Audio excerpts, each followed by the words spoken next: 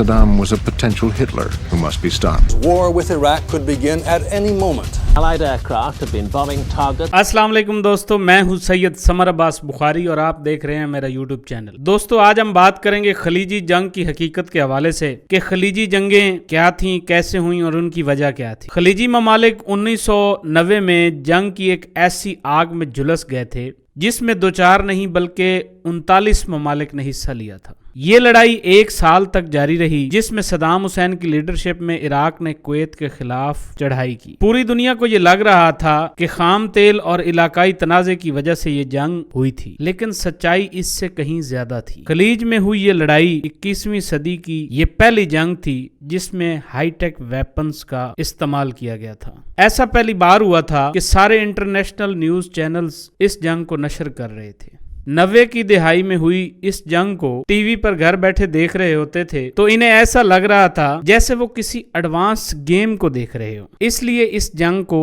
Video game جنگ بھی کہا جاتا ہے۔ ہم اگر ماضی میں دیکھیں تو پتہ چلتا ہے کہ ایک وقت میں عراق، کویت اور سعودی عرب کے اچھے تعلقات ہوا کرتے تھے، لیکن ایسا کیا ہوا کہ صدام حسین نے ان دونوں پر حملہ کر دیا۔ 1979 میں ایران میں اسلامی انقلاب آیا جس میں محمد رضا کو تخت سے ہٹا کر روح اللہ خمینی خود ایران کے لیڈر بن گئے۔ ایران میں چل رہے اس اسلامک انقلاب کی وجہ سے کئی خلیج فارس کے ممالک ایران کے دشمن بن گئے۔ دراصل اسلامی انقلاب کے بعد ایران کے لیڈر روح اللہ خمینی باقی ملکوں سے بھی اسلامک انقلاب کے لیے اپیل کرنے لگے، جسے کئی خلیج فارس کے ممالک نے دھمکی سمجھا۔ ایران میں شیعہ کمیونٹی بھاری آبادی میں تھیں اور وہیں سعودی عرب، کویت اور عراق میں سنی کمیونٹی زیادہ آبادی میں تھے، لیکن اس انقلاب کی وجہ سے ان ملکوں میں کم آبادی والی شیعہ کمیونٹی پر اثر پڑنے کا خطرہ بڑھ گیا، اور ایسا ہی ہوا کہ عراق میں شیعہ کے کچھ بڑے لیڈرز تھے جو اس انقلاب کو شروع کرنا چاہتے، جس کی وجہ سے وہاں کے لوگ اگر ان کا انقلاب میں ساتھ دیتے تو صدام حسین کی حکومت خطرے میں پڑ جاتی، اور اسی لیے عراقی سرکار نے ان شیعہ لیڈرز کو قتل کروا دی، جس کی وجہ سے ایران اور عراق میں جنگ کے حالات پیدا ہو۔ تب کئی خلیج فارس کے ممالک نے، جس میں سعودی عرب اور کویت بھی شامل تھے، انہوں نے عراق کو ایران پر حملہ کرنے کا مشورہ دیا اور عراق کو نہ صرف جنگ پر اکسایا بلکہ عراق کی مالی مدد بھی کی۔ اس کے کچھ دن بعد 22 سپٹمبر 1980 کو عراق نے ایران پر حملہ کر دیا۔ یہ جنگ 1988 تک چلی جس میں چائنا، USSR، USA اور مغربی ممالک نے عراق کی بھرپور مدد کی۔ 8 سال بعد جب یہ جنگ ختم ہوئی تو جیت نہ تو ایران کی ہوئی اور نہ ہی عراق کی۔ جنگ میں صرف عراق کو غریبی اور بربادی ملی۔ جنگ میں ایران کی ہار نہ ہونے کی وجہ سے کویت اور سعودی عرب دونوں سے عراق کے تعلقات خراب ہونے لگے، جس کے بعد یہ دونوں ملک عراق کو دیے ہوئے پیسے واپس مانگنے لگے۔ عراق کی حالت کافی خراب ہو گئی تھی۔ اس جنگ کے دوران عراق نے پڑوسی ملکوں سے کافی قرضہ لے لیا کیونکہ قرض کو واپس کرنا عراق کے بس میں نہیں تھا۔ ابھی عراق ان پریشانیوں سے گزر ہی رہا تھا کہ وہاں ملکی بد امنی پھیلنے لگی۔ ملک میں بڑھتی بے روزگاری، آرمی رول اور شک کی وجہ سے سول لوگوں کو ٹارچر کیا جانے لگا۔ اسی بیچ عراق کی گورنمنٹ نے ایک برطانوی صحافی پر اسرائیلی جاسوس ہونے کا الزام لگا کر اسے قتل کروا دیا۔ اس کے بعد عراق نے اسرائیل کو عراقی قیدیوں کو چھوڑنے کا کہا۔ انہی دنوں صدام حسین نے اسرائیل کو یہ دھمکی بھی دی تھی اگر اس نے عراق کے قیدیوں کو رہا نہیں کیا تو وہ اسرائیل پر کیمیکل ہتھیاروں کے ساتھ حملہ کر دے گا۔ اس بات سے امریکہ کو کافی غصہ آیا اور امریکہ نے اپنا ہاتھ عراق کے سر سے اٹھا لیا۔ جنگ میں ہوئی بھاری تباہی کے بعد عراق کی کمر ٹوٹ چکی تھی۔ بڑھتی بے روزگاری، پیسوں کی کمی اور جنگ کی دردناک تباہی کے بعد عراق کے خزانے میں کچھ بھی باقی نہیں رہا۔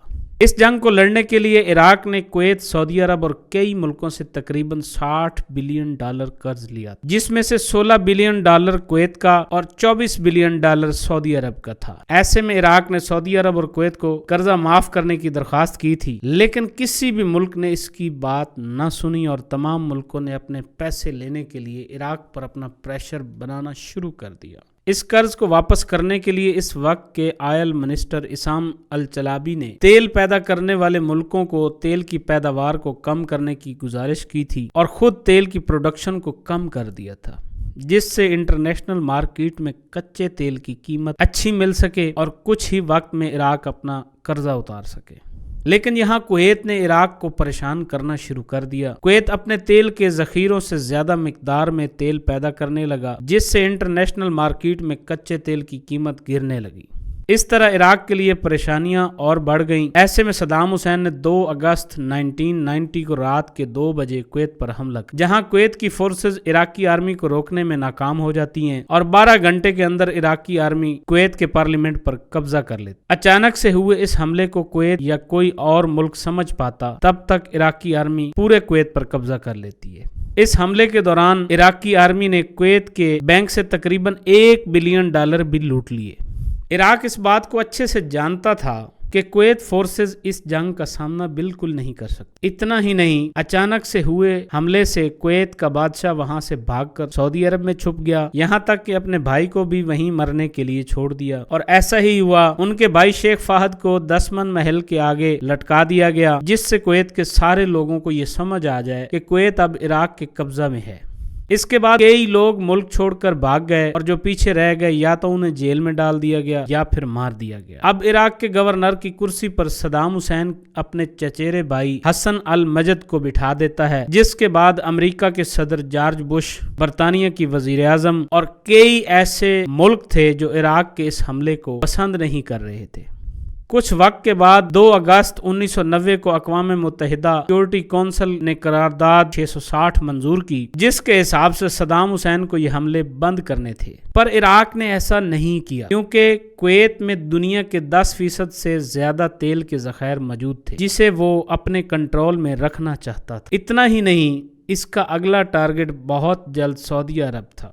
اگر عراق سعودی عرب پر حملہ کر کے اس پر قبضہ کر لیتا تو صدام حسین دنیا میں موجود تیل کے زیادہ تر حصے کا مالک بن جاتا، اور اس بات کو امریکہ اور برطانیہ پہلے سے ہی جان چکے تھے، جس کے لیے ایک خفیہ آپریشن شروع ہوا۔ کویت پر حملے کے 4 دن بعد ہی امریکہ کی ایک ٹیم کنگ فہد سے ملتی ہے اور انہیں سمجھانے کی کوشش کرتی ہے اگر عراق نے ان پر حملہ کیا تو عربین آرمی اسے نہیں ہرا سکے گی۔ عراق کے کویت پر حملے سے سعودی عرب خود بہت پریشان تھا، کیونکہ صدام حسین نے سعودی عرب کے کئی تیل کے ذخیروں پر بھی قبضہ کر رکھا تھا۔ اپنے ملک کو بچانے کے لیے کنگ فہد نے US الائنس کو اپنے ہوائی اڈے استعمال کرنے کی اجازت دے دی۔ کویت کے تیل کے ذخیروں پر امریکہ کی نظر بہت پہلے سے تھی۔ جب برطانیہ کی وزیر اعظم نے امریکہ کو ساتھ دینے کے لیے درخواست کی تو تب امریکہ اپنا فائدہ دیکھتے ہوئے عراق کے خلاف آ جاتا۔ اس کے بعد سب سے پہلے اقوام متحدہ سیکورٹی کونسل ایک قرارداد 665 کے تحت عراق کی نیوی پر بھی پابندیاں لگ جاتی۔ پھر سعودی عرب کو بچانے کے لیے UNA کولیشن فورسز بنائی جاتی، جس میں مصر اور سیریا جیسے 39 ملکوں کی آرمی موجود تھی۔ ابھی بھی صدام حسین نے سعودی عرب پر حملہ نہیں کیا، لیکن اب دنیا کے بڑے لیڈر صدام حسین کے خلاف ہو چکے تھے اور کولیشن آرمی کا آغاز ہونا طے تھا۔ 29 نومبر 1990 کو اقوام متحدہ سیکورٹی کونسل ایک قرارداد پاس کرتا ہے جس کے مطابق صدام حسین کو 4 ہفتے کے اندر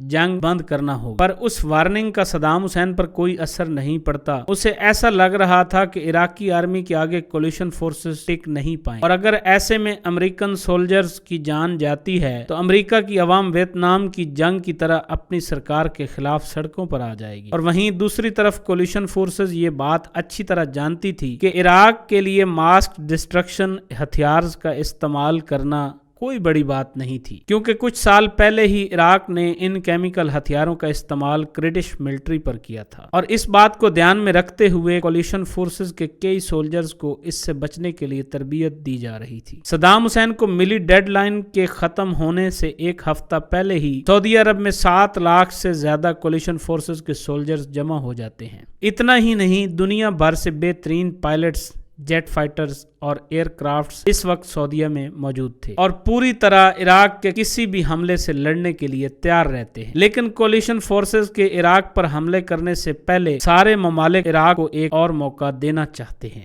اور اسی کوشش کو آگے بڑھاتے ہوئے امریکن فارن منسٹر عراق کے فارن منسٹر سے بات کرتے ہیں۔ اس 8 گھنٹے کی طویل بات چیت میں امریکہ عراق کو کویت سے پیچھے ہٹنے کو کہتا ہے، جسے عراق ماننے سے انکار کر دیتا ہے۔ اس کے بعد لڑائی پر بات آتے ہی امریکہ کی وارننگ عراق کو جاتی ہے کہ اگر عراق نے لڑائی کے دوران کولیشن فورسز پہ کیمیکل ہتھیاروں سے حملہ کیا تو امریکہ اس کا جواب نیوکلیئر ہتھیاروں سے دے گا۔ اس کے بعد 15 جنوری 1990 کو UNSC سے ملی ڈیڈ لائن ختم ہو جاتی، جس کے 2 دن بعد 17 جنوری کو کولیشن فورسز کے ایئر کرافٹ عراق اور کویت کے ایریا میں داخل ہوتے ہی بمباری شروع کر دیتے ہیں۔ اتنی بھاری بمباری کا سامنا کرنا عراقی فورسز کے لیے بے حد مشکل ہو جاتا ہے۔ پھر کولیشن فورسز عراق کے دارالحکومت بغداد کو نشانہ بناتی ہیں اور یہاں لگاتار حملے کیے جاتے ہیں۔ اس کے بعد عراق کے ریڈار اور ٹیلی کمیونیکیشن نیٹ ورک کو تباہ کر دیا جاتا ہے اور پھر ملٹری اسٹیشنز اور پاور اسٹیشنز کو تباہ کیا جاتا ہے۔ ایسا کرنے کے پیچھے کولیشن فورسز کا ایک ہی مقصد تھا کہ صدام حسین کی ملٹری کو کمزور کرنا، اور کیونکہ یہی ایک طریقہ تھا جس سے عراقی آرمی کو ہرایا جا سکتا تھا۔ صدام حسین کو پہلے ہی اس بات کا پتہ چل گیا تھا، اس لیے اس نے اسکرڈ میزائلز کو اسرائیل پر لانچ کر دیا تھا۔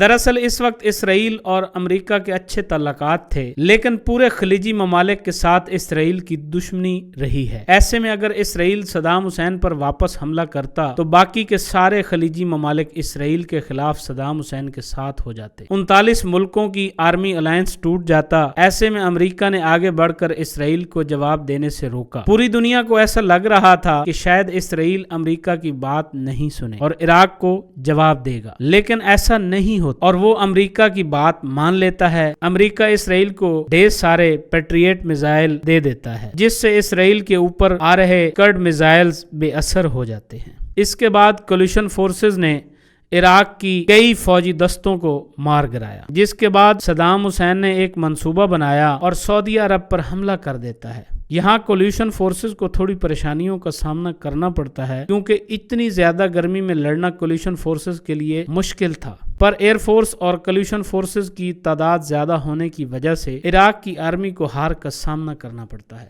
وہیں دوسری طرف کولیشن فورسز ابھی بھی بغداد پر لگاتار حملے کیے جا رہی تھی، جس کی وجہ سے صدام حسین نے کویت کے تقریباً تیل کے 600 کنووں میں آگ لگا کر انہیں بم سے اڑا دیا۔ اس کے اس فیصلے سے دنیا کے ماحول کو بہت بڑا نقصان پہنچا۔ پورا کویت آگ سے لپٹا ہوا تھا، جس کی وجہ سے کولیشن فورسز کا ہوائی حملہ کرنا ناممکن تھا۔ اور پھر جنوری میں کولیشن فورسز زمین پر اترتی ہیں اور عراق کی فورسز کو کویت سے باہر کر دیتی ہیں۔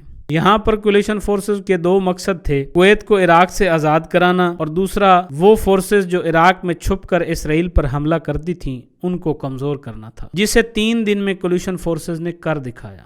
28 فروری 1991 کو صدام حسین اپنی آرمی کو واپس عراق بلا لیتا ہے اور ادھر جارج بش یہ اعلان کر دیتا ہے کہ کویت اب عراق کے قبضے سے آزاد ہے۔ اس جنگ کے بعد عراق بالکل تباہ ہو چکا تھا اور آج بھی یہاں کے لوگ صدام حسین کے غلط فیصلوں کا نتیجہ بھگت رہے ہیں۔ اس وقت اگر اقوام متحدہ سیکورٹی کونسل اگر چاہتی تو صدام حسین کو گرفتار کر سکتی تھی، مگر انہوں نے ایسا نہیں کیا، جس کی وجہ سے صدام حسین عراق پر اور کچھ سالوں تک راج کرتا رہا۔ جب بھی خلیجی جنگوں کی بات ہوتی ہے تب آنکھوں کے سامنے وہ خوفناک منظر آتے ہیں جب کویت میں کچے تیل کے سینکڑوں کنویں جل اٹھے تھے۔ اس سے نہ صرف کچے تیل کی بربادی ہوئی بلکہ پوری دنیا کے ماحول پر برا اثر پڑا۔ لاکھوں جانیں گئیں، کروڑوں کے ذخائر کی بربادی ہوئی اور بدلے میں ملا کچھ بھی نہیں، بلکہ اس جنگ کی وجہ سے آنے والے وقت میں ایک اور جنگ نے جنم لیا۔ اس جنگ کے ختم ہونے کے ساتھ ہی عراق کی اقتصادی حالت اور بھی خراب ہو گئی۔ پہلے سے ہی وہاں غریبی اور بربادی تھی اور جنگ کے ختم ہوتے ہی عراق ٹوٹنے کی حالت میں پہنچ گیا۔ صدام حسین سے کئی اختیارات لے لیے گئے، وہاں پر موجود سارے کیمیائی ہتھیاروں کو تباہ کر دیا گیا۔ عراق نے جنگ میں اپنے 25 سے 50 ہزار تک فوجی دستے کھوئے اور لاکھوں سے زیادہ شہری بھی گنوائے، جبکہ کویت نے 4000 فوجی دستے اور ہزاروں شہریوں کو گنوایا اور معاشی بھی پریشانی اٹھانی پڑی۔ وہیں سعودی عرب اور اسرائیل پر بھی لڑائی کا اثر پڑا تھا، جو وقت گزرنے کے ساتھ ٹھیک ہو گیا۔ اس لڑائی کے دوران جب صدام حسین نے اسرائیل پر اپنے اسکرڈ میزائل سے حملہ کیا تھا تو ان 2 ملکوں کے کچھ سویلین اور فوجی دستے بھی مارے گئے تھے اور کولیشن فورسز کے 300 دستے بھی مارے گئے تھے۔ تو دوستو، آج کی اس معلوماتی ویڈیو کے ساتھ آپ سے اجازت چاہتے ہیں۔ اللہ حافظ۔